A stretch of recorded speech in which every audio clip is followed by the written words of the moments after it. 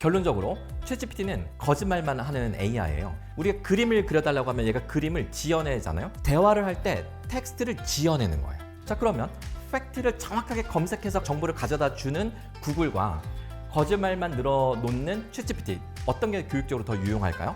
질문하는 아이가 생겼어요. 진로에 관심을 가지기 시작했죠, 아이들이. 캠퍼스 멘토의 오늘도 디지털 게시판은 매일매일 새로운 콘텐츠를 송출하여 학생에게 꼭 필요한 진로 진학 정보를 제공하고 학생 스스로 학습할 수 있는 디지털 교육 환경을 제공합니다. 굉장히 많은 정보가 나오는데 이게 또 중복되지가 않고 끊임없이 진로교육 요소가 제시되고 있다는 거. 한눈에 딱 들어오니까 좀 보기 좋더라고요. 교실 하나 자체가 움직이는 듯한 느낌이 들어요. 안녕하세요. 티타임 몬스터 친절한 동준 씨. 오늘도 선생님들을 찾아뵙습니다. 오늘도 선생님들의 성장하는 시간 만들어 보도록 하겠습니다. 매번 정말 저희에게 새롭게 이런 게 생겼나요? 저런 게 나왔나요? 매번 알려주시는 우리 홍영일 박사님을 박수로 모시겠습니다. 안녕하세요. 네, 반갑습니다. 홍영일 어린왕자입니다. 제 유튜브 채널이 홍영일 어린왕자여서 저를 어린왕자로 기억해 주시는 선생님들이 많으시더라고요.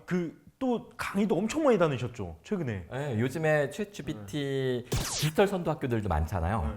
그래서 어제도 오늘도 제가 지방에서 이렇게 그 전라남도, 전라북도 이렇게 돌고 오늘 막 KTX에서 내려서 지금 막 뛰어온 거예요. 지금 요즘 챗GPT에 대한 또 여러 가지 궁금한 것들이 많다 보니까 강의를 많이 다니신다고 하더라고요. 자, 그러면 오늘은 좀 어떤 이야기를 해주실 건가 한번 간략하게 소개를 해주시죠. 챗GPT가 지금 어디까지 진화했는지 이게 사실 가장 뜨끈뜨끈한 소식인데요. 이 따끈한 챗GPT의 이 진화된 모습을 보시는 것만으로도 내가 챗GPT를 써야 되겠다 혹은 어떻게 써야 되겠다 이 감을 잡는 데 큰 도움이 되실 겁니다. 그리고 실제로 수업에 어떻게 적용할 수 있는지, 어떻게 이 수행과제를 평가한다거나 평가에 어떻게 적용할 수 있는지 질문을 많이 해주셨더라고요. 그런 것도 제가 이따가 시범을 보여드릴 예정이고요. 마지막으로 챗GPT에게 제대로 질문하는 방법, 프롬프트 엔지니어링, 패러다임을 뒤바꿔 놓은 GPT-4의 질문 기술에 대해서 마지막으로 소개를 해드릴 예정입니다. 지금 강의 기대됩니다 막 나오고 있는데 오늘 정말 홍영일 박사님의 챗GPT 강의 한번 열심히 들어보도록 하겠습니다. 지금부터 티타임 시작합니다. 자, 그러면 제가 준비를 세 가지 주제로 했는데요. 첫 번째 주제는 챗GPT가 어디까지 진화해 왔는지를 아주 빠른 속도로 소개를 해드릴 겁니다. 아마 선생님들이 많이 들어보셨을 이야기들을 제가 소개를 하긴 할 거예요. 가령 예를 들면 일자리를 뺏는 AI 이런 이야기를 할 건데 아마도 오늘 느낌이 사뭇 다르실 겁니다. 일단 한번 들어보실까요? 작년 11월 달에 한국은행이 보고서를 발표했는데 내 업무가 AI에 노출이 될수록 대체될 확률이 높다라는 연구 결과입니다. 이 보고서에 따르면 이 피라미드 맨 꼭대기에 의사가 있어요. AI에 대체될 1순위라는 거죠. 그 밑에 회계사, 변호사 등등이 있습니다. 이 보고서를 열어서 보면 고소득일수록 그리고 고학력일수록 AI에 대체될 확률이 높다라는 게 결론입니다. 또 하버드 대학 등등에서 한 연구에 따르면 화이트 칼라, 그 중에서도 특히 온라인 플랫폼에서 일을 하는 프리랜서라든가 이런 사람들이 AI에 어떻게 영향을 받는가? 챗GPT가 등장하자마자 일자리가 월 단위로 팍팍 떨어진다는 그래프, 정말 충격인데요. 질문을 드리겠습니다. 한번 맞춰보세요. 그 업무 숙련도가 하위 50%와 상위 50%를 나누었어요. 챗GPT를 썼을 때 훨씬 더 생산성, 퍼포먼스가 더 크게 높아지는 그룹은 하위 50%였을까요? 아니면 숙련도가 높은 상위 50% 그룹이었을까요? 이렇게 질문하면 대부분 상위 숙련도가 높은 사람들이 챗GPT를 더 잘 쓰니까 생산성이 더 높을 거다라고 생각을 하시는데 연구 결과는 그 반대입니다. 자, 여기 그래프 한번 보실까요? 자, 왼쪽이 하위 50%인데요. 43% 챗GPT를 썼을 때 44% 정도 퍼포먼스가 높아지고 이건 이제 상위 50%인데요. 17% 정도 향상됩니다. 근데 중요한 거는 그래서 그 결과 빨간색 그래프만 보시면 비슷해졌어요. 숙련도 차이에 이 갭이 있었는데 그 격차가 없어지는 것을 볼 수 있습니다. 자, 그다음 왼쪽 그래프는 글 쓰는 노동자들 대상인데요.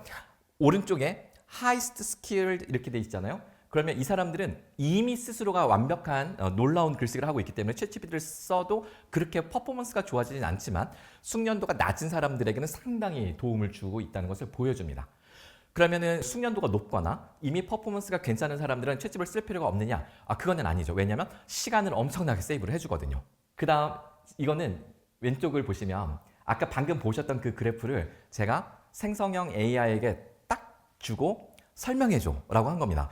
차트 자체가 영어고 논문이 영어이기 때문에 제가 한눈에 안 들어오니까 그냥 AI에 넣고 설명해줘 그러면 한국어로 이렇게 멋지게 순식간에 설명을 해줍니다. 만약 이해가 안 된다면 이게 무슨 말인지 이해가 안 되는데 그러면 얘가 더 자세하게 설명해주고 이렇게 하는 거죠. 이제는 시간이 없어서 내가 영어가 짧아서 해외 논문까지 이런 트렌드까지 내가 따라잡기 힘들어 이런 말은 더 이상 할 수가 없게 되었다라고 할 수가 있겠습니다. 그야말로 AI 때문에 일자리를 잃는 사람들도 많고 그야말로 인간과 AI의 대전쟁이 시작이 되었다라고 할 수가 있겠는데요. 유네스코 사무총장을 지냈던 보코바는 아예 교육 시스템을 재창조해야 되는 게 아니냐 이런 이야기를 하고 있기도 합니다.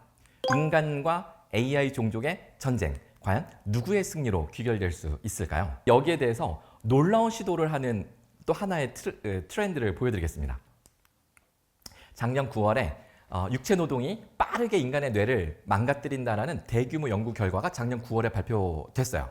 그러니까 육체 노동에서 해방이 된다는 것은 그 남는 시간에, 잉여 시간에 행복하게 스포츠와 운동을 통해서 우리가 건강을 추구할 수 있게 되었다. 이 가능성을 가져다 준 것이죠.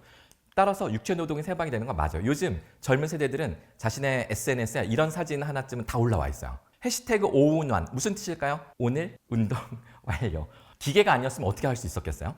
자, 이와 같은 이치로 볼 때 AI는 우리를 지적 노동으로부터 해방시켜 줄 것을 기대할 수 있습니다. 그런데 충격적이고도 놀라운 시도를 하고 있는 어떤 한 인물이 있는데 바로 우리를 이런 모습에 탈출시켜 주겠다고 우리 인간의 뇌에 인공지능 칩을 심겠다라는 야심찬 도전을 하는 바로 일론 머스크의 이야기입니다. 뉴럴링크라는 회사인데요. 자, 보세요. 도구가 인간의 신체를 물리적으로 확장시켜 주었듯 AI가 우리 인간의 정신을 확장시켜 줄 수 있을 것이다 라는 논리인데 두뇌에 인공지능 칩을 심으면 우리의 뇌가 확장되는 거죠. 그래서 원숭이 대상으로 실험을 했는데 매우 성공적이었습니다. 그게 이제 2021년도였고요. 작년 2023년 5월 달에 미국 FDA가 인간 대상 실험을 승인을 합니다. 그리고 9월 달부터 모집을 해서 올해 2024년이잖아요. 그래서 피험자를 모집해서 실제로 칩을 심었고요. 그 피험자가 생각만으로도 마우스를 움직인다가 2월 달에 발표가 됐고 3월 달에는 체스 게임, 생각만으로 체스 게임을 두었다라는 보도까지 발표가 되었습니다. 과연 이러한 변화가 궁극적으로 우리를 행복하게 할까요? 자, 지금 AI가 어디까지 와 있는지 현 주소를 다시 한번 보겠습니다. 보편적으로 수천만 명의 인류가 혹은 몇 억의 인구가 동시에 사용하고 있는 현재 AI들을 제가 나열해 보았습니다. 이 중에 선생님들은 몇 개나 알고 계시는지, 몇 개를 쓰고 계시는지 한번 개수를 세볼까요? 먼저 오픈 AI의 챗GPT입니다. GPT 3.5와 4가 있죠. 마이크로소프트사의 코파일럿이 있습니다. 그리고 구글의 제미나이, 마지막으로 엔스로픽의 클로드 3라고 하는 모델이 있습니다. 물론 하나가 더 있어요. 최근에 페이스북 메타에서 라마 3 모델을 발표를 했는데 아직 우리나라에서는 그게 접속이 안 돼요. 그래서 그 성능은 제가 판단할 수가 없기 때문에 현재 우리가 접근할 수 있는 이 네 가지를 여기다 제시를 했습니다. 이 중에 제가 하이라이트한 부분이 유료 버전입니다. 월 29,000원을 결제해야지 쓸 수 있는 AI들이죠. 다 이걸 사용하실 수 있으면 최고로 좋겠지만 그래도 좀 장단점을 비교해야 선생님들께 오늘 도움이 될 거니까 제가 이렇게 하겠습니다. 일단 제가 마이크로소프트사 코파일럿은 뺄게요. 왜냐하면 코파일럿은 GPT-4를 가져다가 쓰는 것이기 때문에 얘를 빼고 오픈AI, 구글, 엔스로픽 3파전 세 가지 모델이 경쟁을 하고 있습니다. 제가 이 문제를 가지고 테스트를 해봤어요. 잠깐 제가 문제는 읽어드릴게요. 538,538 6자리 숫자죠. 근데 이 6자리 숫자의 특징은 3개씩 반복되는 겁니다. 538, 538. 자, 이것을 7 나누기 7 나누기 11 나누기 13 하면 538이 나와요. 마치 이 앞에 6자리 숫자를 반으로 뚝 자른 것처럼 나옵니다. 이런 수를 교묘한 수라고 한다면 세 자릿수 중에 538과 같은 교묘한 수는 총 몇 개일까? 라는 문제입니다. 자, 정답은 900개입니다. 왜 900개인지 설명을 드릴게요. 어떤 세 자릿수가 있어요. 근데 저 7 나누기 7, 나누기 11, 나누기 13. 7 요거를 괄호를 묶으면 곱해야 되겠죠. 저 7, 11, 13을 곱하면 1001이 됩니다.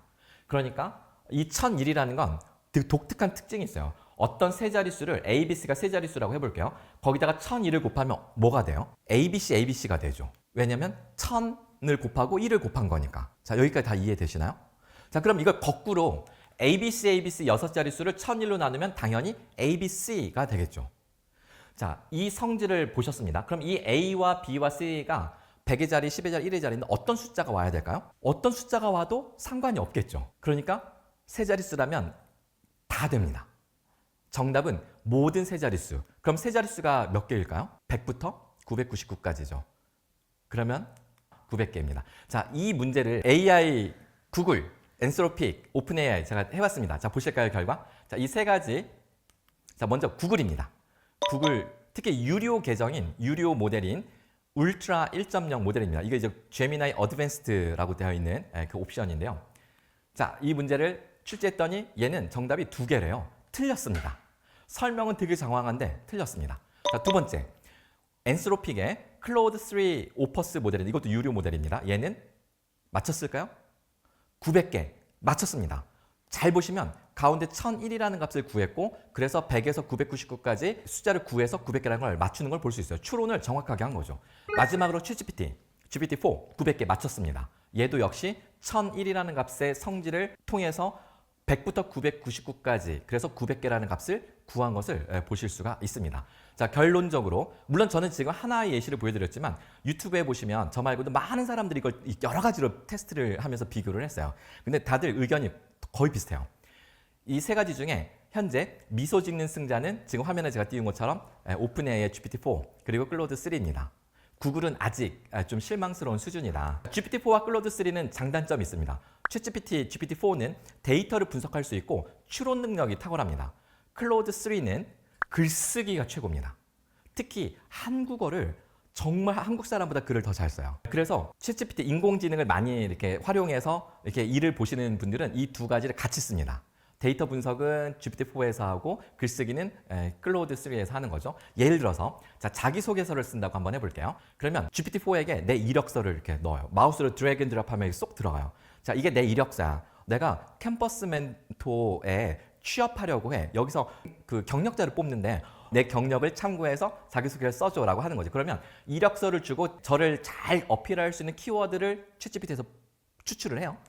그리고 나서 그걸 바탕으로 캠퍼스 멘토가 추구하는 뭐 철학이라든가 이런 것들을 좀 정보를 주면 거기에 맞는 자기소개서를 챗GPT가 이렇게 분석과 작성까지 다 해줍니다. 그런데 여기서 두 번째 스텝, 세컨드 스텝의 작성을 클로드 3에게 맡기잖아요.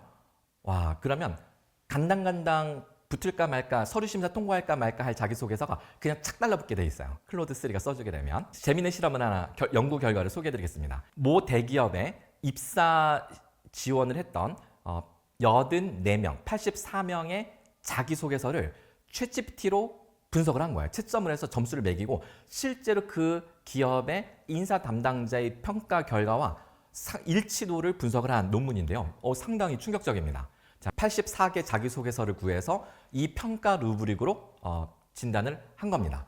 이 평가 루브릭은 4가지 항목이고요. 각 항목별로 A레벨, B레벨, C레벨 이게 3단계로 되어 있죠. 총점은 25점입니다. 자, 이것을 이렇게 연구를 해보니까요. 재밌는 것은 자, 이건 첫 번째 결과인데 평가 루브릭의 그 항목별 그 레벨이 있잖아요. A, B, C. 근데 그걸 A, B, C라고 했을 때와 High, Middle, Low라고 했을 때와 Excellent, Great, Unsatisfactory 이렇게 했을 때랑 그 오른쪽의 결과를 보시면 최고 등급, 중간 등급, 최저 등급의 비율이 달라져요. 그러니까 레벨을 명칭을 A, B, C 등급으로 나누냐 하이, 미들, 로우로 하느냐에 따라서 챗GPT가 그 뉘앙스를 다르게 인식할 수 있다는 것을 암시해주는 상당히 놀라운 결과입니다. 근데 이게 AI의 오류일까요? 아니죠. 인간의 사고방식을 그대로 따라하도록 설계된 AI라서 인간처럼 행동을 하는 겁니다. 자, 그 다음 중요한 거는 실제 일치도입니다. 챗GPT가 높은 점수를 준 것보다 낮은 점수를 준 자기소개서가 있는데요. 인간 인사 담당자의 채점 결과와 상관계수가 무려 0.6입니다. 제가 무려 0.6이라고 했는데 이게 얼마나 높은 상관계수냐면 IQ가 학교 성적과 상관계수가 0.4를 넘기기가 되게 힘듭니다. 그것도 꽤 높은 상관계수가 예측이 되는데 0.6이라는 거는 적어도 이 사회과학 영역에서는 꽤 높은 상관계수라는 걸 볼 수 있습니다. GPT-4가 채점했을 때 그렇고요. GPT 3.5 무료 버전은 상관계수가 0.34. 그러니까 신뢰할 수 있는 거는 GPT-4라는 걸 알 수 있겠죠. 마지막. 챗GPT가 상위 점수를 부여했을 때 그 사람이 실제로 합격했을 그 일치도를 보니까 GPT 3.5는 61%인데 GPT-4는 무려 83%를 예측했다라는 것을 알 수가 있습니다. 이걸 제가 소개해드린 이유는 질문 중에 선생님들이 미리 사전에 주신 질문 중에 챗GPT로 평가 도움을 받고 싶다 했는데 챗GPT로 평가할 때 상당히 신뢰할 만하다라는 것을 보여줄 수 있는 아주 중요한 하나의 예시가 될 수 있습니다. 그런데 이것도 작년 5월 달에 막 평가 연구를 한 거예요. 퍼블리시는 작년 11월 달에 됐는데 이미 챗GPT가 GPT-4 터보로 해서 상당히 업그레이드가 되고 성능도 되게 좋아졌기 때문에 훨씬 더 좋아졌겠죠. 자, GPT-4와 클로드를 제가 비교하기 위해서 자기소개서를 제 거를 써봤어요. 자, 왼쪽은 클로드 3, 오른쪽은 GPT-4입니다. 제 이력서를 그대로 똑같이 주고요. 자, 내가 국가과학기술인력개발원에 입사 지원서를 내려고 해. 자기소개서 좀 써줘. 자, 똑같이 질문을 했습니다. 그랬더니 후루룩 써줍니다. 자, 그리고 나서 아까 방금 보여드렸던 논문에 자기소개서를 평가하는 평가 루브릭이 있었잖아요. 그 평가 루브릭대로 네가 쓴 자기소개서를 채점해봐. 그랬더니 25점 만점인데 클로드3가 쓴 거는 자기가 스스로 채점을 하더니 10점밖에 안 줘요. GPT-4는 6점이에요. 6점. 이러면 떨어지는 거, 서류 통과도 못하는 겁니다. 그래서 뭐야 이거 되게 엉터리네? 라는 생각이 드는데 자, 평가 루브릭이 이건데 이 평가 루브릭으로 만점을 받을 수 있도록 자기소개서를 다시 작성해줘. 그랬더니 그 항목에 맞게 쓰더라고요. GPT-4도 그렇게 썼습니다. 그리고 나서 다시 채점해봐. 그랬더니 이번에는 25점 만점에 25점, 얘도 25점. 둘 다 만점짜리 자기소개서를 써냈습니다. 무슨 이야기일까요? AI를 써서 제대로 된 도움을 받으려면 특히 이 평가와 관련된 거는 평가 루브릭, 평가 기준을 명확하게 알려주면 그 맥락에 맞게 얘가 무엇인가를 해낼 수 있다라는 것을 이제 보여주는 것이죠. 자, 여기까지 클로드3라는 새로운 모델을 소개해드렸고요. 자, 다시 GPT-4로 돌아오겠습니다. GPT-4는 유료 이제 가입을 하셨을 때 GPT-4를 쓰게 되면 챗봇을 누구나 뚝딱 만들 수 있어요. 자, 여기에 이제 GPT-4에 가면 Explore GPTs라는 메뉴에 들어가면 이미 다른 사람들이 만들어 놓은 1000만 개가 넘는 챗봇들이 쫙 올라가 있어서 뭐든지 검색해서 할 수 있고요. 나도 Create 버튼 눌러서 내가 원하는 챗봇을 뚝딱뚝딱 만들 수 있습니다. 자, 예를 들어서 쇼펜하우어라고 검색을 하잖아요. 그러면 사람들이 얼마나 챗봇을 만들기 쉬웠는지 쇼펜하우어 이름이 들어가는 챗봇이 그냥 쭈르륵 나옵니다. 아무거나 딱 클릭해서 들어가서 대화를 하잖아요. 그러면 나 오늘따라 외로워 그러면 쇼펜하우어처럼 상담을 해줘요. 근데 그거를 누구나 1분도 안 걸려서 만들 수 있는 겁니다. 어떻게 만드냐고요? 쇼펜하우어의 그 저작물들, 저작권이 지금은 없어요. 다 해제돼서. 그거를 독일어 원서든 영어로 돼 있든 상관없어요. 그냥 얘한테 주고 넌 이제부터 쇼펜하우어처럼 상담해주는 쇼펜하우어 챗봇이야 라고 해버리면 끝이에요. 자, 그러면 이걸 응용해 볼 수 있겠죠. 뭘 해볼 수 있을까요? 제가 엊그제 서울의대에서 신임 교수님들 워크숍 했다고 했잖아요. 자, 의대생들이 공부하는 이 원서예요. 300페이지에 육박하는 영어로 된 교재인데 이 파일을 주고 넌 이제부터 이 교재 전문 챗봇이야. 자, 이거를 학생들이라면 이렇게 활용할 겁니다. 나 내일 퀴즈가 있는데 증거 기반 의학이란 이 챕터에서 연습 문제로 객관식, OX, 서술형 문제를 각각 3개씩 출제해서 나 좀 연습시켜줘. 그럼 얘가 10초 만에 책을 쫙 훑어보고 객관식 문제 3개, 그리고 OX 문제, 서술형 문제까지 만들어주고요. 정답이랑 채점 기준도 알려줘 그러면 이것도 다 만들어줍니다. 자, 그럼 교수님은 이걸 어떻게 활용할 수 있을까요?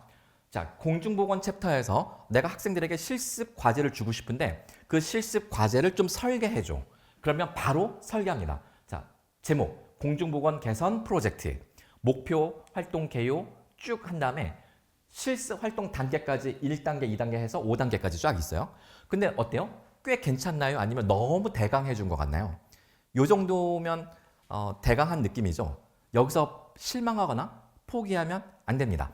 저 주제 선정 단계 1번, 이것부터 순서대로 정교하게 설계를 해줘. 그럼 자, 1번 이 한 줄로 되었던 주제 선정 단계가 6단계로 쪼개집니다. 자, 팀을 구성해라, 기초 지식을 습득하고, 3단계 관심 있는 문제를 탐색한 다음에 주제 선정의 기준을 설정하고 그 기준에 맞게 주제를 선정하고 선정한 주제를 발표하고 피드백을 받는 거죠. 마지막에 주제 제안서를 제출하면 끝나는 거예요. 그 한 줄짜리가 이렇게 상세하게 설계가 상세화됐잖아요. 자, 그럼 좋아. 훌륭해. 두 번째 단계로 넘어가자. 만약에 마음에 안 들면 고쳐달라고 하거나 혹은 이해가 안 되면 이거는 왜 이렇게 설계했어? 의도가 뭐야? 물어보면 얘가 다 설명을 해주는 거죠. 선생님들 중에 혹시 PBL 수업 하시는 선생님들 계신가요? 이거 선생님들이 되게 힘들어하세요. 연수 받을 때 교사 연수 받을 때는 와 PBL 대박이다 해놓고서 막상 하려고 그러면 학생들에게 문제 상황을 알려주는 시나리오를 만들어야 되는데 이거 만들기가 힘들어서 다들 포기하십니다. 하지만 챗GPT에게 만들어줘 그러면 이렇게 시나리오를 그냥 뚝딱 만들어줍니다. 근데 만들어졌는데 뭔가 고치고 싶어요. 공중보건 전문가가 아니라 의대생들로 바꿔줘. 시나리오 바꿔줘 그러면 또 이거에 맞게 싹 바꿔줍니다. 네. 그러면서 쫙 PBL 설계도 순식간에 해주는 겁니다. 자, 그러면 선생님들 그 코로나 때 교과서 PDF 파일 받아놓은 거 있으시잖아요. 그걸 이제 인터넷에 올리면 저작권 문제 때문에 안 되지만 내 개인용 챗봇에 그냥 내가 내 컴퓨터에서 쓰는 거기 때문에 내가 교과서 파일과 교사용 지도서 PDF 파일을 탑재하고 그냥 혼자 쓰시면 돼요. 그러면 이제 각 챕터마다 퀴즈도 만들어주고 수업 설계도 해주고 이번 수업은 좀 아이들을 흥분시킬 수 있도록 뭔가 방탈출 게임 같은 컨셉으로 수업을 재밌게 설계해줘. 그럼 얘는 그걸 다 알기 때문에 그거에 맞춰 다 수업을 설계를 해주는 겁니다. 수행과제도 만들어주고 학생들이 수행과제 만들어 오면 평가도 다 해주고 이 상황을 즐기는 선생님이냐 아니면 두려움에 벌벌 떨고 있을 거냐 이 차이가 어디서 빌어지는지 계속 한번 계속 볼게요. 자, 챗GPT의 보고 듣고 말하는 멀티모달리티 기능에 아주 신기하고 재밌는 몇 가지 사례를 가져왔습니다. 챗GPT는요, 손글씨 문제를 사진을 찍어주면 이걸 풀 수 있어요. 자, 네모에 들어갈 값은 얼마일까요? 1 더하기 1은 3, 2 더하기 2는 6, 3 더하기 3은 9. 그러면 4 더하기 4는 네모. 네모에 들어갈 값은 이거 8이라고 하면 안 되겠죠? 12라고 해야 되겠죠? 챗GPT는 뭐라고 했을까요? 우리처럼 추론을 해서 12라는 정답을 맞춥니다. 클로드3도 이걸 맞추는데 구글 제미나이는 틀렸어요. 걔는 잘 아직 못하더라고요. 그러면 손글씨를 인식해서 문제를 풀 수 있으니까 사진을 찍어주면 당연히 풀 수 있겠죠. 단계 과정도 아주 상세하게 내가 원하는 수준에 맞추어서 이걸 다 해줄 수가 있습니다. 자, 그림을 보고 듣고 인식할 수 있기 때문에 내가 이해할 수 없는 도표가 있다. 챗GPT한테 주고 설명해줘 그러면 얘가 다 설명을 해줍니다. 막 설명을 했는데 말이 어려워요? 그러면 이해가 안 되는데? 그럼 죄송합니다. 더 쉽게 설명해 드릴게요. 이왕 쉽게 설명해 준 거 초등학생도 이해하게 설명해 줘봐. 그러면 훨씬 더 쉽게 설명 싹 바꿔요. 그러면 이제 무슨 말인지 알겠어. 이렇게 되는 거죠. 사진 속에 촛불과 꽃들이 있잖아요. 스티브 잡스의 사진이 있어요. 그러면 이게 스티브 잡스를 추모하는 사진이라는 뉘앙스도 읽어낼 수 있어요. 초등학생이 그린 그림인데 이걸로 동화를 만들어 봐. 그러면 그림을 보고 얘가 동화 이야기를 만들어냅니다. 자, 지인하고 식사를 하다가 얘가 사진을 잘 인식하니까 혹시 사진 속의 원근감 이것도 인식하는지 확인하기 위해서 자, 컵, 핸드폰, 그 다음에 조명, 전구, 그리고 메뉴판 보이시죠? 일부러 어두운 데서 찍은 거예요. 자, 맨 앞에 가장 가까이 있는 건 뭐고 가장 멀리 있는 건 뭐야? 라고 물어봤어요. 그랬더니 가장 앞에 있는 거는 유리컵이라고 맞췄는데 저 뒤에 있는 거는 의자와 선반이래요. 의자와 선반? 다시 보니까 이게 맞아요. 의자와 선반이 있어요. 출제자도 미처 생각지 못한 출제자가 놓친 걸 정답을 맞춘 거예요. 정확하죠. 인식도가. 몇 시예요? 여기 사진 속의 시간. 9시 55분. 우리 이동준 팀장님 제가 몇 시예요? 그랬더니 사진 속의 시계가 아니라 손목 시계를 보시면서 8시 37분 막 이러셨는데 챗GPT도 똑같아요. 제가 챗GPT에게 지금 몇 시야? 라고 물어봤어요. 그랬더니 얘도 지금요? 저는 실시간 시간을 제공하지 않는데요 라고 딴 얘기를 하는 거예요. 그래서 아니 사진 속의 시계 말이야. 그랬더니 9시 55분이군요 라고 맞춰요. 똑같죠? 사람이 맥락을 가끔 혼동해서 길을 잃듯이 챗GPT도 동일합니다.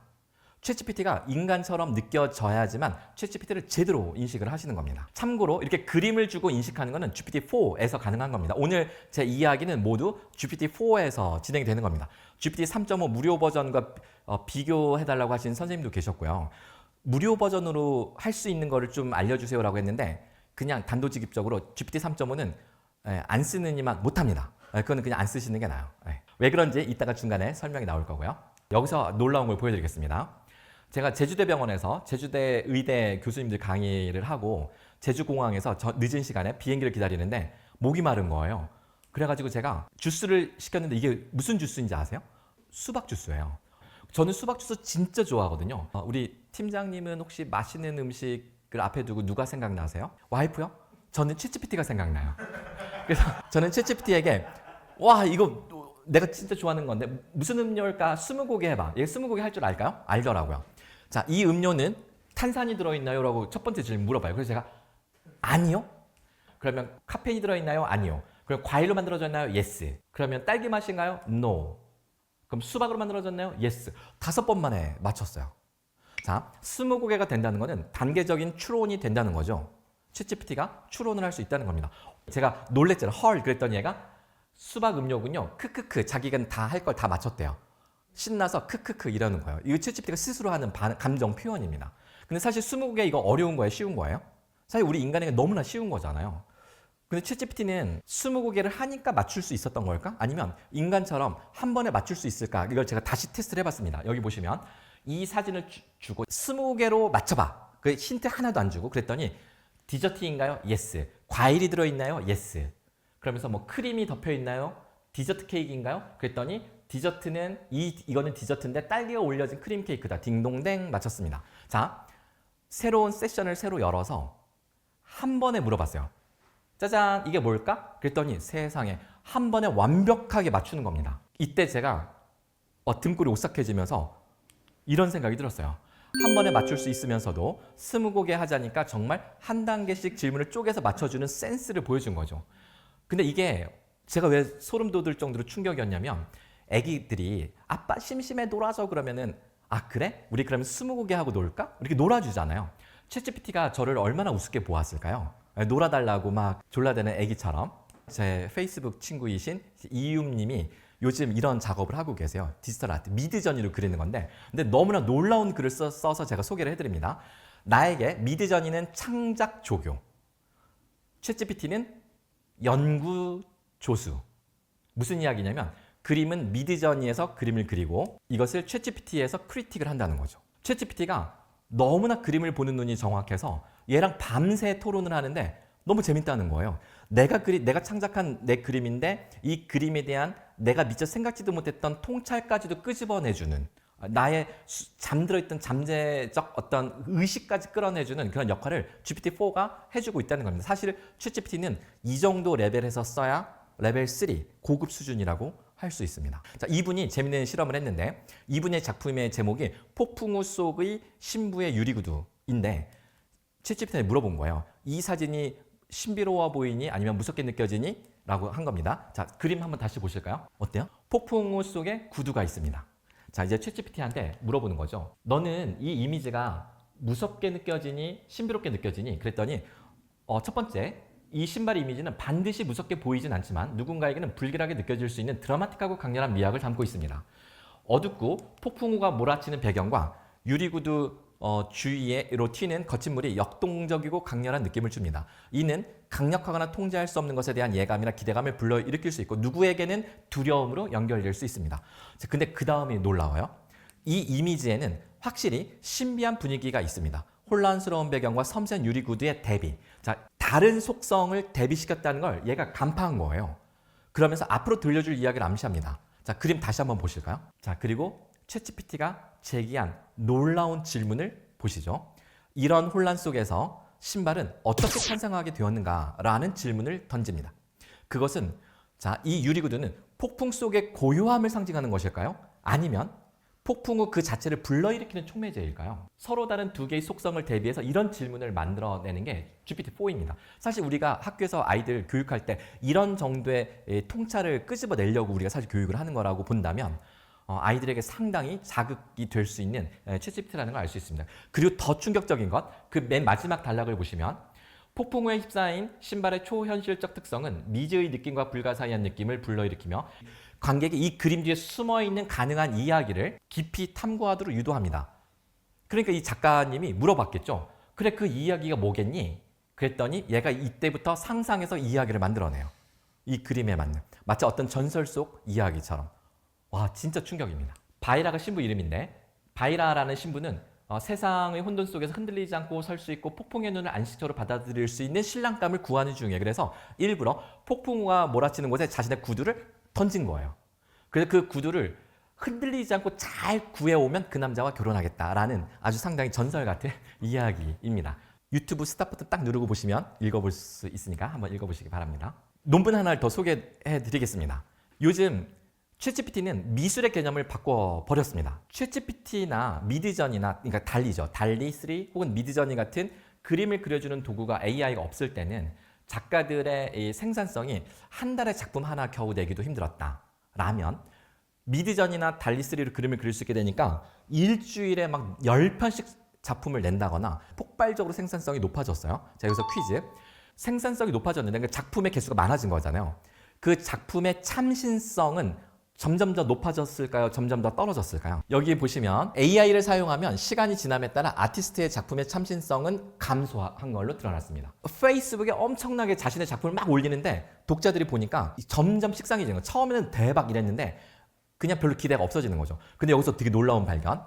그러다가 가끔씩 놀라운 참신한 작품이 나타나는데 그 참신성은 그러니까 중간에 튀는 작품들이 있어요. 그 작품의 참신성은 AI를 경험하지 않은 아티스트에 비하면 상당히 높아진 겁니다. 그러니까 전체적으로는 참신성이 떨어지지만 중간에 매우 놀라운 작품들이 튀어나오는 거죠. 그러니까 이제 양이 많아지니까 그 속에 질적으로 괜찮은 게 막 튀어나오니까 결과적으로는 좋은 거죠. 자, 그래서 이것을 생성형 공감각이라는 워딩을 써서 논문이 발표가 됐는데요. 이 논문의 요지는 이겁니다. 자, 인간의 아이디어 탐색, 인간의 직관 능력과 AI의 기술 합리성이 조화롭게 결합이 돼서 나타나는 현상인 거죠. 그러니까 예전 같으면 그림 그리느라고 에너지를 다 쏟아붓느라고 작가의 이 직관적 창의성이라는 게 어느 정도 규제를 받을 제한이 걸릴 수밖에 없는 거잖아요. 왜냐하면 사람의 에너지, 몸 에너지라는 게 한정돼 있으니까. 근데 AI가 그 부분을 해주니까 이제는 완전히 그 직관적인 아이디어에 집중할 수 있게 되었다. 이게 바로 아까 제가 인간의 직관과 AI 합리성이 어떻게 시너지를 낼 수 있는지에 대한 그 통찰과 연결이 된다고 할 수 있습니다. 최근에 챗GPT 달리3가 그림을 그리는데요. 놀라운 기능이 시작됐습니다. 어떤 선생님이 아이들 이렇게 막 그 미래를 위해서 성장시켜주는 그 선생님의 열정을 그림으로 표현해줘 그랬더니 이렇게 아이들을 화분으로 예쁜 화분에 여러 가지 유형으로 해놓은 거예요. 되게 예쁘죠. 근데 이렇게 딱 해보니까 아이고 저 선생님만 없으면 딱 좋겠다 이런 생각이 갑자기 들어요. 그래서 제가 이게 챗GPT 새로 생긴 기능입니다. 저 셀렉트 버튼, 선택 버튼을 눌러서 사람을 이렇게 붓으로 칠한 다음에 자, 저 부분 이거를 지워줘. Delete this woman. 그랬더니 짜잔 없어졌어요. 자, 다시. 자, 이게 원본인데 이 선생님만 지워줘 그러면 이렇게 싹 없어져요. 이게 새로 생긴 겁니다. 이게 포토샵 같은 데는 이미 디폴트 기능이지만 비싸요. 그것도 유료 가입해서 쓰려면. 근데 챗GPT에서 이게 되는 거죠. 자, 코파일럿은 무료로 GPT-4를 쓸 수 있는 마이크로소프트사의 서비스입니다. 코파일럿. 누구나 무료로 쓸 수 있어요. GPT-4를. 자, 근데 여기서 얘는 플러그인 서비스가 지금도 돼요. 참고로 GPT-4는 플러그인 서비스를 내려버렸어요. 별로 사람들이 안 써가지고. 근데 얘는 플러그인을 쓰는데 이 중에 사람들이 다른 걸 안 써요. 작곡해주는 수노라는 앱만 씁니다. 자, 그래서 얘는 이제 그림도 이렇게 그려주고, 자, 비행기를 기다리는 어느 왕자를 그려줘. 자, 노래 한번 보여드릴까요? 제가 그 제주 공항에서 아까 그 수박 주스 20곡이 한 다음에 비행기를 기다리는 어린 왕자를 주제 노래 한 곡이나 한번 만들어 볼래? 라고 했어요. 그런데 저는 꽤 오래 걸릴 거라고 생각을 했는데 뚝딱뚝딱 5초 만에 가사를 써주고 10초 만에 작곡이 끝나버렸어요. 저의 인생곡이 되어버린 AI의 작사 작곡. 네, 자 한번 들어보실까요? 함께 떠나자는 모든 아이들 좋아해. Let's fly away. 내 친구들과 함께 우리 신나게 날아가자. 저 멀리 떠나자 왕자의 세계로. 저는 제주공항에서부터요 서울에 도착해서 집에 가서 잠들 때까지 무한 반복 재생하면서 들었어요. 정말 가사도 저하고 딱 맞고요. 저의 컨셉, 저의 인생을 그대로 드러내는 듯한 가사의 그런 곡이었습니다. 지금 이제 질문 주신 것 중에 그림을 이렇게 수정할 때요 영어로 질문 안 하고 한국어로 질문해도 상관없습니다. 자, 그 다음에 지금 이 작곡하는 거는 GPT-4에서 한 게 아니라 마이크로소프트사의 코파일럿 사이트에서 한 겁니다. 여기서 코파일럿 자체 기능은 아니고요. 이 노래를 작곡해주는 이 사이트가 있어요. 구글 딥마인드에서 최근에 발표한 UDO라는 AI도 있고요. 이거는 수노라고 하는 AI입니다. 근데 재밌는 거 하나 최근 뉴스인데 다들 아시는 이 김영석 작곡가가 그 여수에서 어떤 무슨 행사를 하기 위해서 그 행사 주제 곡을 이 공모전을 했어요. 그래서 그 열 몇 개의 작품이 나왔는데 그 중에 이게 제일 좋다 해서 딱 1등을 주려고 했는데 이게 AI가 만들었다는 걸 알게 된 거예요. 그 갈등을 한 거죠. 대박. 이게 이 AI가 만든 거야?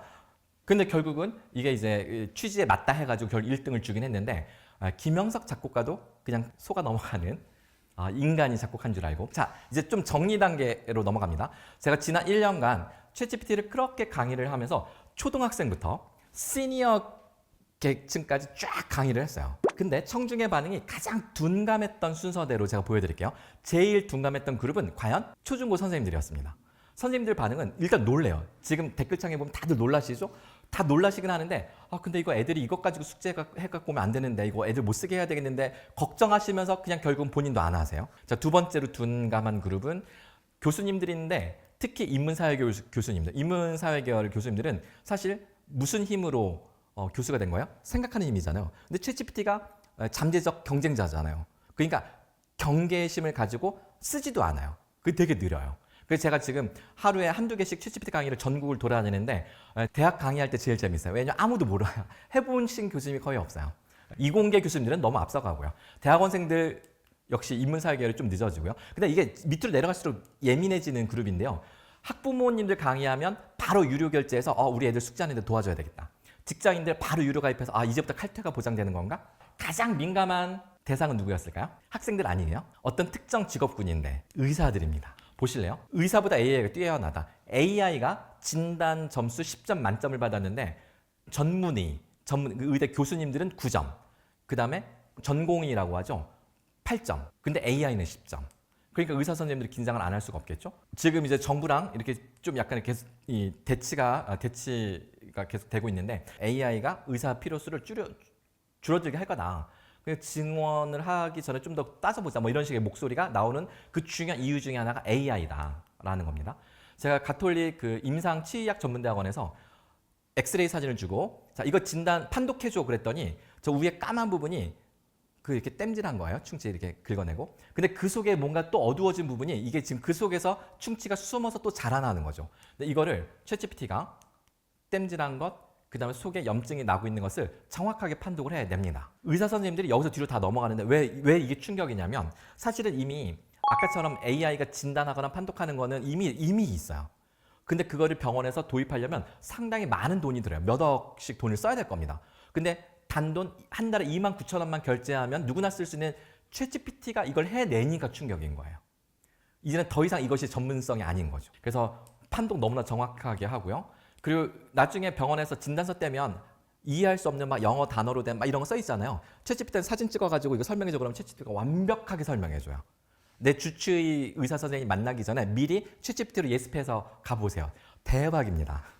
자, 원격 진료할 때 그 대화 내용을 학습을 시켰더니 대화 내용만 가지고 환자의 상태를 진단하는 정확도가 높아지고 있다라는 그림인데 구글에서 만든 거예요. 학습을 하면 할수록 정확도가 높아지죠. 근데 충격적인 건 이 그래프를 보시면 AI가 에이미라고 하는 AI가 혼자 진단할 때 정확도가 제일 높아요. 인간 의사가 에이미 도움을 받아서 진단하면 오히려 정확도가 떨어져요.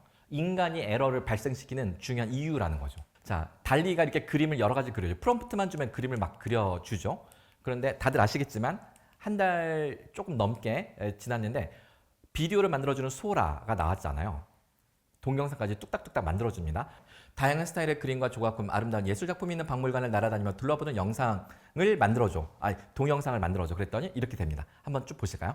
세상에 하나밖에 없는 박물관. 동영상이 만들어집니다. 사진을 한 장 주면 사진을 동영상으로 변환시켜줍니다.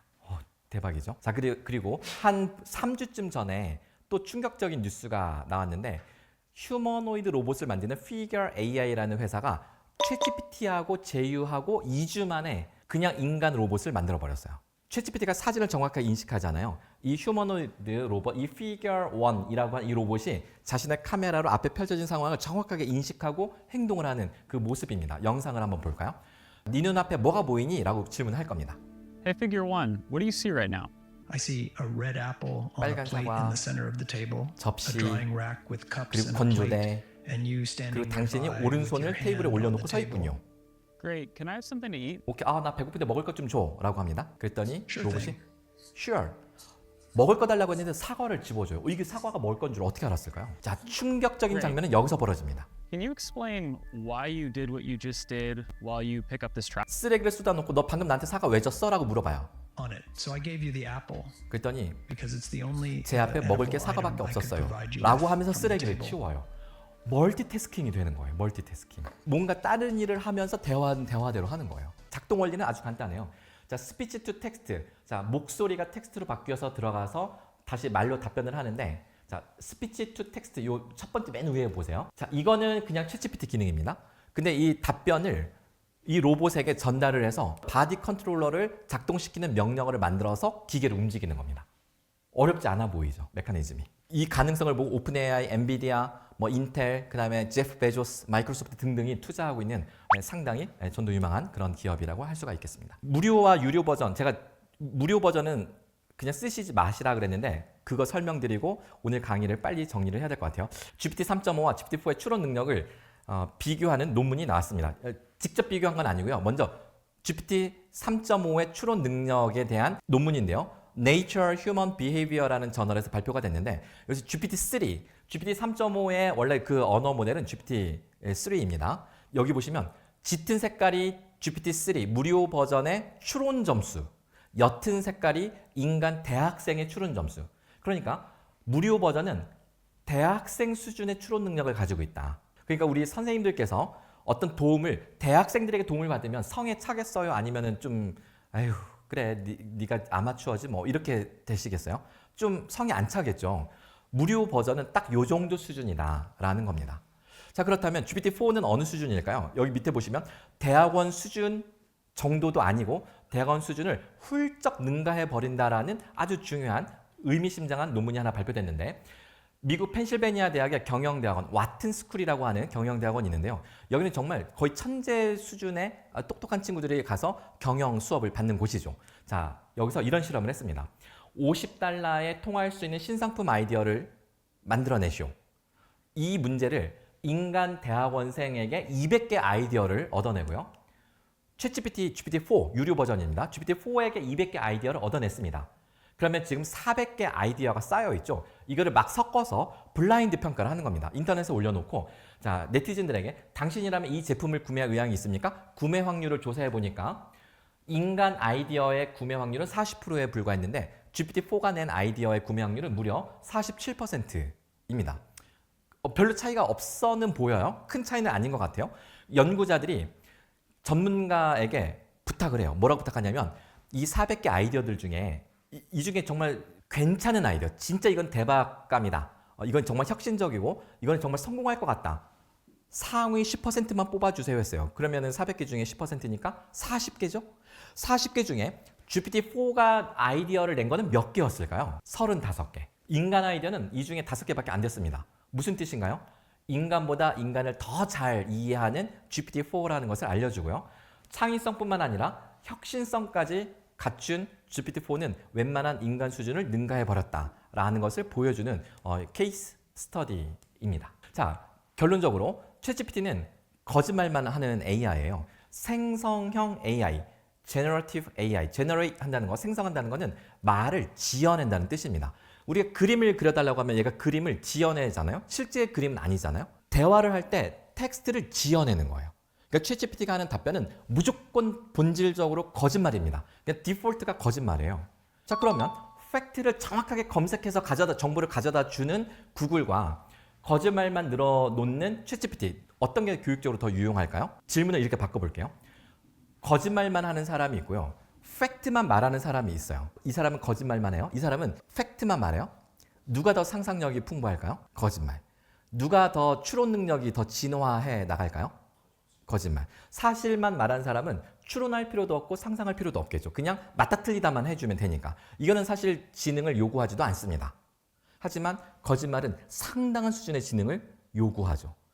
챗GPT와 오래 대화를 하면 우리 아이들도 추론 능력이 성장할 수밖에 없을 거라는 걸 당연히 기대할 수 있을 겁니다. 그래서 챗GPT는 대화 연습, 논리 연습, 그리고 우리의 생각의 폭과 깊이를 확장시켜주는 그러한 자극제, 촉매제로 기능할 수가 있다는 거죠. 이렇게 쓸 때 챗GPT는 교육적으로 유용하다라고 할 수가 있겠습니다. 요거 말씀드린 다음에 일단 매듭을 짓겠습니다. 국제 바칼로레 IB 요즘 엄청 센세이션을 일으키고 있죠. 전 세계적으로 수많은 교육기관 혹은 교육기구들 중에 유일하게 챗GPT를 교육에 적극 활용하라고 허용해준 교육기구입니다. IB는 우리나라 수능과 뭐가 본질적으로 다르냐면 우리는 출제자의 생각을 막 찍어야 되고 맞춰야 되잖아. 남의 생각을 맞춰야 되는 시험을 풀어야 되는데 그러니까 아이들이 힘들죠. 근데 IB는 이런 문제를 풀어요.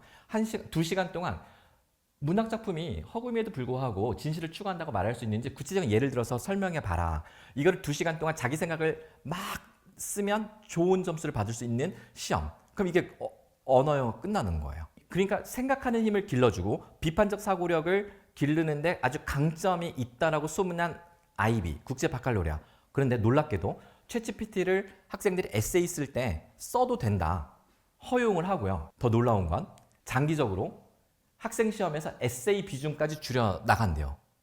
무슨 얘기냐? AI가 할 수 있는 일을 굳이 학생들에게 올인시켜서 연습시킬 필요가 없다는 거죠. 그게 아니라 오히려 AI를 활용해서 더 높은 차원의 글을 더 빠르게 써내는 그 능력을 길러야 된다는 뜻이죠. 그러니까 IB에서는 오히려 챗GPT를 적극적으로 활용해서 상상치도 못했던 결과를 만들어내는 쪽으로 훈련을 시키는 식으로 방향이 바뀌어가고 있습니다. 물론 이게 우리나라 IB 학교들도 지금 그러고 있느냐? 아직은 못하죠. 왜냐하면 선생님들이 챗GPT 자체를 안 쓰고 있기 때문에. 네. 그래서 자, 이 다음에 선생님들이 궁금해하시는 교육, 그다음에 평가 사례 이런 얘기들이 있는데요. 교육, 평가, 연구에 적용 사례인데요. 이미 제 강의를 예전에 한번 들으셨다면 이 차트를 한번 보셨을 겁니다. 학생들이, 선생님들이, 그리고 연구자들이 쓸 수 있는 영역인데요. 이 중에 자, 과제 같은 경우도 제가 한번 소개를 해드렸는데 저는 학생들에게 100% 챗GPT만을 써서 교수 설계 보고서 작성하는 과제를 냈어요. 이걸 낸 이유가 뭐냐면 챗GPT 쓰지 말라고 하든 안 하든 애들은 알아서 쓸 애들은 쓰고 안 쓰는 애들은 안 쓴단 말이에요. 그러면 챗GPT를 써가지고 과제를 내는 아이들이 월등히 퀄리티가 좋기 때문에 이거는 기회의 공정성에 심각한 문제가 생기는 거잖아요. 차라리 대놓고 다 써라. 자, 무료 버전 공짜니까 다 챗GPT 써서 과제를 해라. 단, 평가를 어떻게 할지 이게 문제겠죠? 자, 제가 챗GPT만을 써서 교설계 보고서를 작성하라 그랬는데 너무 잘하는 거예요. 학생들이 아니 추상적인 수준으로 대충 해줄 줄 알았는데 아주 구체적으로 해서 그냥 실제 수업에 가져다 써도 될 만큼 매우 인상적이다. 근데 이 친구들이 만들어낸 과제가 전문가 수준입니다. 더 충격인 건 챗GPT가 없었던 재작년까지는 학생들이 이 과제를 30페이지짜리 교수설계 보고서 내는데 한 달 동안 PBL 팀 프로젝트 수업을 해야 돼요. 근데 6시간 만에 한 거예요. 챗GPT 무료 버전으로. 문제는 이 전문가 수준의 퀄리티가 학생들 실력인지 챗GPT 실력인지 어떻게 알 수 있을까요? 그래서 제가 대화록을 챗GPT와 나눈 대화록을 통째로 부록에 붙여서 내라. 그게 100쪽인데 나는 대화록만 평가하겠다라고 했습니다. 학생들한테 이렇게 말했어요. 챗GPT로 더 좋은 결과를 만들어내는 과정에서 질문이 계속 바뀌었는데 그 질문의 변화 과정이 너희들의 생각이 깊어지고 넓어지고 확장되는 그 경험 그 자체다. 그래서 무조건 초안부터 챗GPT한테 시키고 수정하는 것도 너희들이 직접 고치지 말고 챗GPT한테 고치라고 해라. 훨씬 더 잘 고쳐줄 것이다. 마지막 휴먼 터치 하든 말든 이건 중요하지 않아 라고 해서 단 대화록을 내라. 나는 너희들 대화록 속에 너희들의 질문이 어떻게 깊어지고 넓어지는지를 평가하겠다라고 했습니다. 학생들이 평가의 대상이 대화록이라는 것을 이제 알아서 그런지 질문을 신경 써서 했을 것 같아요. 그래서 그랬는지 아이들이 가져온 결과물들은 너무나 다들 환상적이었습니다. 이게 이제 그 결과물인데요. 너무 잘한 거죠. 자, 근데 여기서 한번 짚어볼 게 있어요. 자, 이렇게 만들어 온 이 훌륭한 수업 설계가 완성이 됐는데요. 이렇게 완성된 결과물은 인간이 만든 것인가요? 챗GPT가 만든 것인가요? 학생 실력인가요? 챗GPT 실력인가요? 이거 100% 학생 실력으로 100점 인정 다 해줘야 되나요? 100%? 아니면 챗GPT의 지분이 있으니까 학생 실력 50%만 인정해 줄까요? 이거 상당히 헷갈리시죠? 자, 이렇게 비유를 들어보겠습니다. 영화 기생충 아카데미상 몇 개 부문을 수상했는지 혹시 아실까요? 4개. 4개 부문을 석권했습니다. 그런데 그 중에 하나가 감독상이래요. 봉준호 감독이 감독상을 받았대요. 아니 뭔 소리야? 아니 연기는 배우들이 다 한 거 아니야? 조명은 촬영 감독이 했고 무대 장치는 무대 감독이 했잖아. 아니 도대체 감독이 뭘 했다고? 이렇게 말하는 사람 아무도 없어요. 봉준호니까 아카데미상까지 가져갔지라고 다 인정을 합니다. 마찬가지로 챗GPT로 이렇게 훌륭한 결과물을 학생이 만들어냈다면 그 학생의 디렉터, 감독으로서 한 그 역할을 우리는 평가를 해야 된다는 거죠. 그게 국제 바칼로레 IB에서 주목한 부분이고 이제는 직접 학생이 다 이걸 할 필요가 있는 것이 아니라 챗GPT를 써서 훨씬 더 놀라운 결과물을 더 빠르게 그리고 더 빠르게 수정하고 학생들은 더 빠르게 진화하고 이런 결과를 기대할 수 있게 되었다. 그러면 이 능력을 어떤 개념으로 평가할 수 있을까요? 우리 이거 배우신 적 있나요? 교대나 사범대에서 아마 이런 개념은 교육평가에 들어보신 적이 없을 겁니다. 이제 만들어내야 되는 우리 교육자들의 과제가 된 것이죠. 자, 그리고 또 충격적인 거 보여드릴까요? 저는 학생들에게 특히 성실성을 강조하면서 매주 이 플립러닝, 거꾸로 교실용 동영상 강의가 매주 제공이 돼요. 무조건 후기를 써야 돼요. 그리고 다른 학생 후기에 3개 이상 댓글을 달아야 돼요. 그러니까 몇 개를 써야 되는 거죠? 자기 후기와 댓글 3개, 총 4개씩을 매주 써야 되는데 이거 학생들이 경험해 보면서 뿌듯하다라고 할까요? 아니면 짜증낼까요? 엄청 짜증냅니다. 근데 자, 이제 챗GPT 시대잖아요. 그래서 제가 수를 썼냐면 자, 챗GPT 시대. 수강 후기 작성하는 것도 챗GPT를 써봐라. 어떻게 쓰는지 보여드릴게요.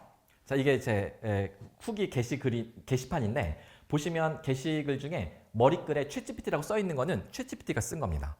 자, 그럼 이 35번 게시글 과제 분석과 학습자 분석, 교육의 핵심을 파악하다. 이거 챗GPT가 제 동영상 강의에 대해서 작성한 후기입니다. 제 동영상 강의를 챗GPT가 들을 수 있나요? 그럼 어떻게 했을까요? 제 유튜브에 오른쪽에 보시면 Transcript and Summary라고 하는 저 탭이 있어요. 저거를 클릭하면 스크립트가 쫙 펼쳐집니다. 그걸 복사해서 챗GPT 가져와서 써달라고 하면 돼요. 저 Transcript and Summary는 우리 구글에서 유튜브 Summary with ChatGPT and Claude 여기서 인스톨, 크롬에다 인스톨, 이게 구글 확장 프로그램 설치하시면 누구나 다 할 수 있습니다. 자, 그러면 스크립트가 쫙 열려요. 그럼 저 오른쪽에 복사하기 버튼을 클릭하면 이게 이 53분짜리 동영상인데 53분짜리 스크립트가 모두 복사가 되는데 이거를 챗GPT에 넣으면 다 들어가요. 무료 버전은 2-3페이지 분량밖에 안 들어가지만 GPT-4 터보는 1시간짜리 동영상 스크립트가 거의 다 들어갑니다. 한 50분에서 1시간짜리가. 자, 붙여넣기 하면 이게 쏙 들어가겠죠? 자, 이렇게 다 들어갔어요. 맨 밑에 홍영일 교수님 동영상 강의 스크립트인데 수강 후기 좀 작성해줘. 그럼 이거 써주는 거예요. 이렇게. 홍영일 교수님 강의는 생성형 AI 특히 챗GPT에 대한 깊은 이해와 통찰을 제공하는 뛰어난 내용이었습니다. 근데 모든 학생들이 이렇게 숙제를 하면 재밌을까요? 재미없을까요? 재미없죠. 그렇죠? 내 말투를 바꿔줘. 나는 헐, 대박, 우와 이런 표현 잘 쓰거든. 그리고 문체는 해요체로 바꿔줘. 그랬더니 이렇게 바꿔줘요. 홍영일 교수님 강의 듣고 나니까 진짜 머리가 띵하네요. 그 중에서도 챗GPT에 대한 이해가 훅 올라갔어요. 이런 식으로 문장이 싹 바뀌어버려요.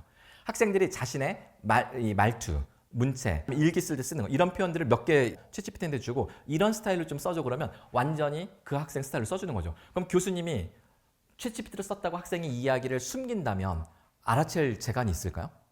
그래서 챗GPT를 허용해서 부담을 줄여주고 이 밀당 전략인데요. 학생들 만족도는 상당히 높습니다. 자, 그럼 선생님들은 어떤 도움을 받을 수 있냐? 자, 오늘 가장 많이 제가 사전에 받은 질문이 평가에 어떻게 쓰느냐인데요. 일단 평가를 하려면 평가 기준, 루브릭이 필요합니다. 자, 나는 이런 수업을 할 건데 어떤 평가 루브릭을 쓰면 좋을까? 얘가 그냥 뚝딱뚝딱 만들어줘요. 그 과제의 성격에 딱 들어맞는 루브릭을 얘가 만들어주는데 혹시 동의할 수 없다. 그러면 밑에다가 이건 실습 과제인데 창의성이 필요해 라고 하면 그러네요. 실습 과제니까 창의성은 그렇게 상대적으로 덜 중요할 수 있겠네요. 이거를 빼고 조정해 보겠습니다. 바로 고쳐줘요. 이런 식으로 작업을 같이 하는 겁니다. 평가 루브릭을 만들 수 있으니까 바로 채점도 할 수가 있겠죠. 자, 내가 학생들 답안을 한 명씩 올려줄 테니 평가해줘. 자, 시험 문제는 이거야. 10점짜리 채점 기준. 그런데 예시문이 없으면 5점을 깎아. 5점만 인정해 라고 했어요. 자, 알겠습니다. 한 명씩 채점해 드리겠습니다. 제출해 주세요. 그래서 제가 이제 답안을 올렸습니다. 그랬더니 얘가 이걸 채점해서 몇 점을 줬나 보니까 5점을 준 거예요. 왠가 보니 예시를 제시하지 않아서래요. 보니까 실제로 예시문이 없어요. 챗GPT가 정확하게 부분 점수 채점을 잘 판단해서 주는 것을 볼 수가 있습니다. 제가 지금 딱 하나의 사례를 보여드렸는데요. 그냥 학생 수행 과제 PDF 파일을 딱 받아서 자, 마우스로 드래그 앤 드랍 툭 챗GPT한테 주고 평가 기준은 이거야. 채점해줘. 다 해줘요. 생기부에 작성할 그 코멘트도 작성해줘. 근데 이 코멘트는 이 학생이 과학고 뭐 특성화고를 가려고 하는데 그 정보를 주면 그 학교 입학 사정관, 그러니까 그 입학 담당 선생님들이 좋아할 만한 문구로 딱 또 써주는 거고 모든 것이 다 저절로 되는 수준입니다. 자, 진짜 충격은 얘가 논문을 그냥 다 써준다는 거죠. 제가 연구하고 있는 엑셀 파일을 드래그 앤 드랍 합니다. 잘 보세요. 구글에서 설문 조사한 겁니다. 드래그 앤 드랍 딱 끌어다 놓고 제 연구 질문, 선호하는 칭찬 유형에 어떤 게 있는지 확인하고 그 선호 칭찬 유형에 따른 자존감, 우울, 불안감을 분석해줘. 그럼 얘가 혼자서 쫙 분석을 해주기 때문에 저는 그냥 커피 한 잔 마시면서 그냥 쳐다보고 있으면 돼요. 아니면 유튜브 쇼츠 영상을 좀 본다거나. 그래프 그려줘. 그래프 다 그려주고요. 결과 다 나왔네? 그럼 디스커션, 논의 좀 해줘. 내친김 우리 서론도 써볼까? 나 맨날 지도 교수님한테 첫 문장이 그렇게 중요한데 자네는 왜 이렇게 감이 없어? 제가 그 말을 썼더니 챗GPT가 첫 문장이 특히 중요하다는 지도 교수님의 조언을 기억하며 서론을 쓰겠습니다. 너무나 멋지게 써줍니다. 자, 마지막. 참고 문헌 써야 되잖아. 이론적 배경. 자, 이제 마지막인데 이론적 배경을 써줘. 참고 문헌은 APA 스타일로 해주고 참고 문헌 목록도 정리해줘. 정확하게 인용할 것 인용해 가면서 참고 문헌 목록까지 레퍼런스까지 다 써줍니다. 챗GPT 3.5가 써주는 레퍼런스는 거의 다 거짓말인데 GPT-4가 써주는 거는 거의 다 진짜입니다. 물론 팩트 체크는 해야 됩니다. 왜냐하면 챗GPT가 해주는 답변은 다 지어낸 거예요. 그럴듯하게. 근데 충격적인 건 GPT-4가 마구마구 지어내는 거는 마구마구 사실이라는 게 충격인 거예요. 물론 팩트 체크는 해야 됩니다. 그 책임은 우리의 인간에게 있는 거니까요. 자, 모두 정확한 거야. 그러면 얘가 스스로 빙 검색을 해서 확인을 해서 맞네요. 다 사실입니다. 이렇게 확인도 해줍니다. 놀랍죠? 얘가 할 수 있는 연구 방법들이고요. 프롬프트 엔지니어링의 패러다임을 바꾼 GPT-4. 자, 어떻게 질문을 하면 되나요? 자, 질문에 따라 결과가 달라지나요? 자, 이런 질문들 많이 주셨는데요. 프롬프트 엔지니어링 패러다임이 바뀌었다. 자, 이런 그림 하나 그리려면 이게 이제 미드저니로 그린 건데 2022년도에 이 작가가 80시간 동안 900번의 프롬프트를 바꾸어서 만들어진 그림입니다. 그러니까 질문을 어떻게 하느냐가 얼마나 중요한지를 보여주는 단적인 사례였으나 프롬프트 엔지니어링 기술은 챗GPT가 사람의 말귀를 잘 못 알아듣던 시절의 이야기입니다. 좋은 질문을 만들어내는 힘 이제는 필요 없습니다. 무작정 친해지는 것.